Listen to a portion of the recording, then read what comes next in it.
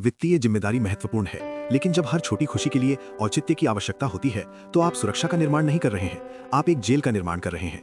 प्रणव का मानना था कि अनुशासन ही प्रेम है। 31 साल की उम्र में सूरत में रहते हुए उन्होंने खर्चों पर सावधानीपूर्वक नजर रखी, आक्रामक रूप से बचत की, स्प्रेडशीट और चक्रवृद्धि ब्याज कैलकुलेटर के साथ दशकों आगे की योजना बनाई। जब वो 29 वर्षीय मेहुल से एक डेटिंग ऐप के माध्यम से मिले तो मेहुल ने शुरू में इसकी प्रशंसा की। स्थिरता आरामदायक महसूस हुई, विशेषकर उस दुनिया में जो लगातार अधिक की मांग करती थी और कम सुरक्षा प्रदान करती थी। प्रणव का अपार्टमेंट व्यवस्थित था, उसका जीवन संरचित था, उसके भविष्य का सटीक चित्रण किया गया था।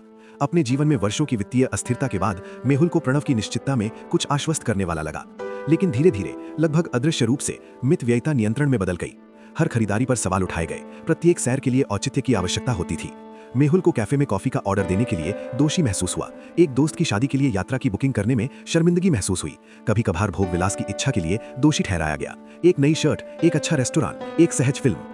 प्रणव एक ऑडिटर की तरह खर्चों की समीक्षा करते हुए कहते, ये अनावश्यक है, हमें दीर्घकालिक सोचने की जरूरत है, ये छोटी छोटी चीजें बढ़ती हैं। मेहुल ने अपनी चाहतों को कम करना शुरू कर दिया, उन इच्छाओं को कम करना शुरू कर दिया जो वो कभी खुलकर व्यक्त करता था। इसलिए नहीं कि वो दर्शन से सहमत थे, बल्कि इसलिए क्योंकि बहस करना थका देने वाला लगता था। खर्च के बारे में हर बातचीत एक बातचीत बन गई, जहां मेहुल की खुशी को भविष्य के अनुमानों के मुकाबले तौला गया और उसमें कमी पाई गई। जन्मदिन मामूली हो गए, जश्न का हिसाब किताब हो गया। जॉय एक ऐसी लाइन आइटम बन गई जिसने कभी भी अपनी लागत को उचित नहीं ठहराया। जब शादी की बातचीत जोर शोर से शुरू हुई तो प्रणव ने मेहुल को स्प्रेडशीट सौंपी, विस्तृत बजट, 5 साल का अनुमान, मासिक खर्च सीमा, श्रेणी के अनुसार रंग कोडित। जैसे ही मेहुल ने दस्तावेज को देखा, उसे गहरी स्पष्टता के साथ एहसास हुआ, ये साझेदारी नहीं थी, ये अनुमति थी। वो वित्तीय निगरानी में रह रहा होगा, हर निर्णय की जांच की जाएगी, हर इच्छा को प्रणव के सुरक्षित भविष्य के दृष्टिकोण के विरुद्ध मापा जाएगा जो कभी पूरा नहीं हुआ, क्योंकि सुरक्षा हमेशा अधिक बलिदान की मांग करती है। अंतिम बातचीत एक छोटी सी चीज पर हुई, एक त्योहार खरीदारी योजना पर। मेहुल परिवार के लिए उपहार, कुछ नए कपड़े खरीदना चाहता था, ठीक से जश्न मनाना चाहता था। प्रणव ने प्रस्तावित बजट की समीक्षा की और तथ्यात्मक रूप से कहा, हम काफी कटौती करेंगे, आपको इतनी ज्यादा जरूरत नहीं है। मेहुल ने उसकी ओर देखा, ये आदमी जिससे वो प्यार करता था, ये आदमी जिसने देखभाल के साथ नियंत्रण को भ्रमित किया था, और धीरे से उत्तर दिया, मैं ऐसा जीवन नहीं चाहता जहां खुशी एक गलती की तरह महसूस हो। वे बिना गुस्से या नाटकीय टकराव के अलग हो गए, बस शांत स्वीकृति कि उनके दृष्टिकोण असंगत थे। प्रणव ने स्वतंत्रता को वित्तीय सुरक्षा के रूप में देखा, भले ही इसका अर्थ वर्तमान बाधा हो।